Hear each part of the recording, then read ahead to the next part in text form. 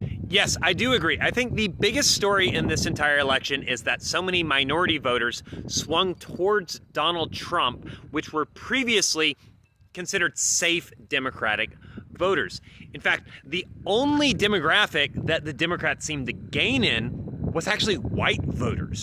If we look at the breakdown here, Kamala Harris got 41% of the white vote to 57% for Trump, 85% of the black vote to 13% for Trump, 52% of the Hispanic vote for 46% to Trump, 54% of the Asian vote, 39% for Trump, 34% of the American Indian vote, 65% for Trump.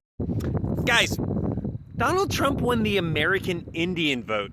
Like, if this isn't a complete and total refutation of woke identity politics, I don't know what else is. But is this entirely a case of people rejecting the Democrats for woke identity politics, running based on identity politics? No, I don't think so. And also, to Kamala Harris's credit, she didn't run on identity politics. She ran a universalist campaign and intentionally avoided making the campaign about her identity.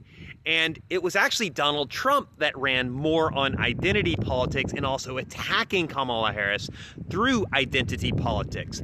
However, enough liberals and enough Democrats, and Democrats in the past, of course, with old clips of identity politics things that they used and said, were used against them, and that did hurt them. However, I don't think that's the main reason Donald Trump won and Kamala Harris lost. Let's look at the main causes.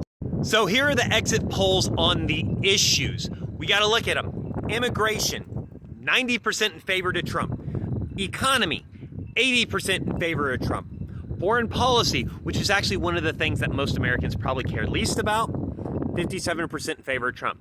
Abortion, actually, that's the big one that Kamala Harris did very, very well as the state of democracy. So what does this mean? What does it mean about the average voter, be it white, black, Hispanic, American Indian, Asian, etc.? It probably means that they don't care about these identity politics issues nearly as much as they care about their own bank account, their wallet. They care about, can I afford groceries? Am I getting paid well enough to live a good lifestyle? And the unfortunate thing about this is sometimes this doesn't go one for one with the empirical economic metrics that we look at. For example, Joe Biden had a very high employment rate. Our unemployment is incredibly low right now. Our inflation is lower than the overwhelming majority of the world right now. Joe Biden actually did an excellent job of getting inflation down. But the problem is, that's not how people perceive it. That's not how they view it. And when people don't view the economy being good for them, even if the economic data says it is, they're going to vote for a new government. And Donald Trump managed to sell them on the fact that he will be better for the economy than another Democratic presidential administration. Do I think they're correct about it? No, I think they're wrong. And I think a lot of them are going to have a rude awakening after Donald Trump becomes president. But that's my analysis for today.